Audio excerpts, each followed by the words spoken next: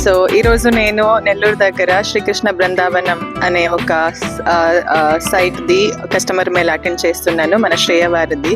So మా అందరికి తెలుసు శ్రేయ ఈవెంట్ అంటేనే శ్రేయ అని. శ్రేయ చేసినట్టు ఏ కంపెనీ కూడా చేయదు. అండ్ ఈరోజు మంచి ఆఫర్స్ కూడా నడుస్తుంది. సో రియల్ ఎస్టేట్ అంటేనే ఇన్స్టెంట్ డిసిషన్. సో మీరు ఈరోజు ఏం డిసిషన్ తీసుకుంటారో అదే మీ రేపటిది మీ ఫ్యూచర్ని డిసైడ్ చేస్తుంది.